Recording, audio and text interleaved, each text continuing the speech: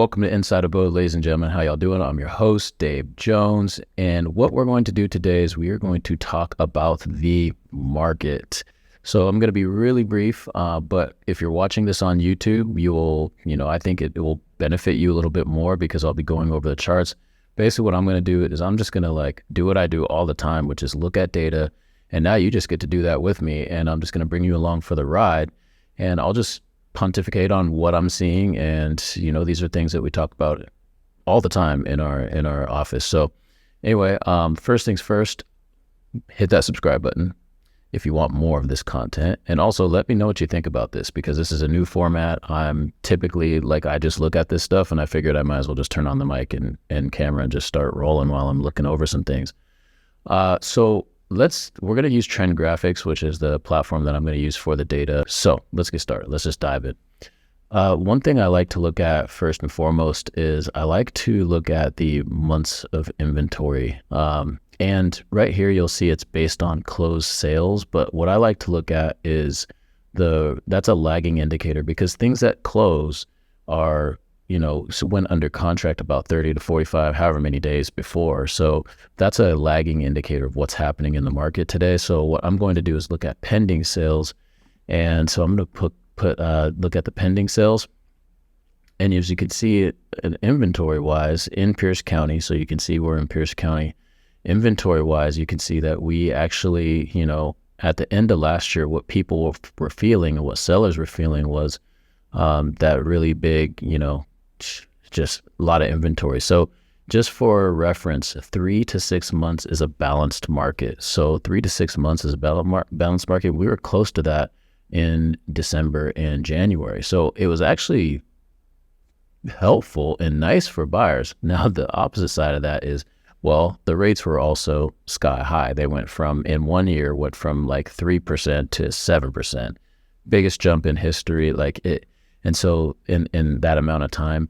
And so anyway, people, it was really hard at that time. And, you have the holiday season, you have travel, you have all these other things happening. So for your consumers, when the rates were so high, it was hard to borrow. And then also, the cost of money was a lot. And so you probably saw with this, you're probably going to see prices decrease, because the buying power decreases as the rate goes up. But what we saw happen was look at this dip. Once the year turned, we went right back to our levels in Pierce County in terms of inventory. So that inventory, which we thought would get snatched up, did get snatched up. And now we're back at under a month of inventory. So what 1 month of inventory means, we're at 0.8 if you look at the months of inventory pending sales.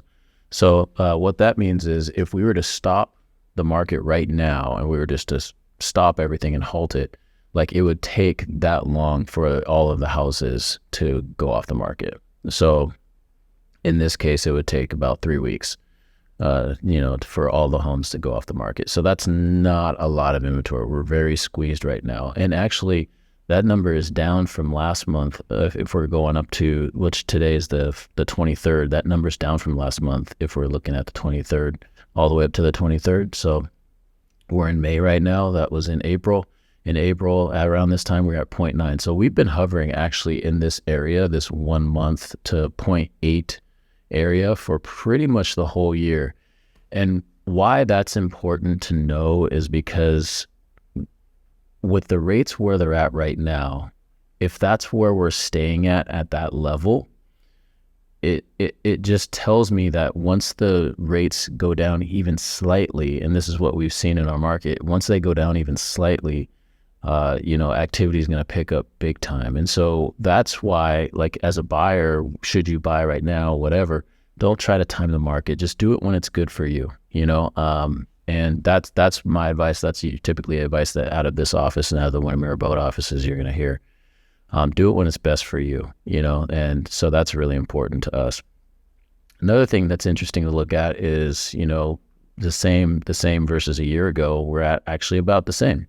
So if we're looking back at, through the 23rd, through May 23rd in 2022, we were sitting at about the same amount of inventory. That's fascinating. So let's see if I can find something else here. Let's go to absorption rate of pended sales. So absorption rate, what this means is it's basically the inverse of that. So it's actually, to me, it's an easier metric to look at, which is the percentage of homes that are snapped up. So like if you put if you're at 100%, for example, that means 100% of the homes are being absorbed. So I mean, I think it's an easier one to kind of keep track of. And in Pierce County, as of today, this is actually up from yesterday, we're at 120%. So yesterday that was actually at 118% as of in May. So that's up from last month, 108%. So 120% means that we're over the 100% mark. If you want to get like, here's just for a quick, so if you were looking at like 2020, for example, or anything like that, let's take a look at the last 3 years, for example. So if we were to take a look at the last 3 years, you could see the absorption rate. This is the pandemic right here. Boom, look how high up so the absorption rate was up in the 200s. The absorption rate actually reached 400% at one point in time, and that's in early 21, it looks like. So I mean, like, that's ridiculous. And basically what that means is pretty much if a home went on the market, it was pretty much gone at that minute, and the inventory was pretty much none. We were probably sitting, if I had to guess, around that time, 0.1 months of inventory, 1 week of inventory, 2 weeks of inventory. So things were kind of crazy, and then it dipped. You can see here that the absorption rate was, we were only buying up, less than 50% of the homes that were on the market late last year, early this year, and now look, we're starting to get back up, hopefully to like normal levels. Like that's all I'm looking for. We don't want that crazy market. We want affordability. We want people to have a chance at homes. We want all that good stuff. So all right, so let's take a look at another metric real quick, sell versus sold versus pended.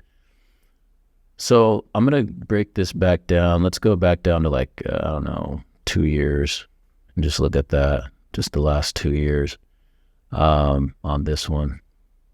So this one's interesting to look at just because you can see here the number of homes on this side and the date on the bottom here. And so the dark green is sold, sold homes, and the light green is the homes for sale. So when you have way more dark green sold homes than homes for sale, that means you're in definitely a seller's market. And that means that there's not a lot of homes on the market because they're getting snapped up before people can even, like there's not a lot of choice there, right? So this was in 21. Going all the way through 21, even right here where the rates were, like the rates actually raised up, the rates started getting jacked up around here. And you can see the difference as time went, the pendings, we still had homes on the market and still had stuff getting under contract, but you see the pendings start to decrease, which is cyclical. Our market is cyclical. So, spring and summer is when you're going to see things peak, and that's where we're at right now. We're in the spring. We're heading into Q3 after this month or after next month. And so we're going to see some natural swings in the market that are typical every year. However, the part that changed was you could see this drastic shift from, and I just showed you this on the months of inventory, but you see that drastic shift of homes that were for sale, being really way more homes for sale than that are being sold. So we just watched the market just do a complete flip-flop at the end of 22, so now look, you have the light green, which is the homes for sale. There's way more homes for sale than the actual demand. And you can see the pendings just do a straight nosedive from month 8, which is, sheesh, I'm terrible with months like that. August, what is that? August, September, October. Yep. August. And all the way to December. And I had questions around this time when we saw this all the pendings go just down big time. And that happens, like you can see here, but it's not just such a precipitous drop from August all the way throughout the year. You can see here, August, we're typically going to get a slowdown in August. People are going camping. They're getting ready to, they're doing their things before they go to school. Typically in August, you're going to have a stretch there where you're going to be able to have your choice of things because people are all on vacation. They're doing things before school gets in. People are doing whatever. They're enjoying the last parts of their summer. People are doing all kinds of different things. And so you're going to see a drop typically at that month anyway. If I were to go back every year, you're going to see this same drop in terms of pendings, but it doesn't like just go straight down, from August to to like over here. So you're going to see it happen, but it'll meander in there, and then eventually at the November, December, things slow down really, really a lot, and people are enjoying the holidays or doing whatever they want to do, closing out the year. And things of that nature. So then you'll see it creep back up, right after the year turns, you'll see it creep back up, which is what we saw, which is normal in any market. And so this is just interesting to watch. But now you can see as we get back up to here, to current times, you're starting to see that inverse start to happen. Our houses for sale here are starting to go down a little bit more. It's starting to become. Yeah, and now we're about, this, oh man, this is crazy. March was the first time since, March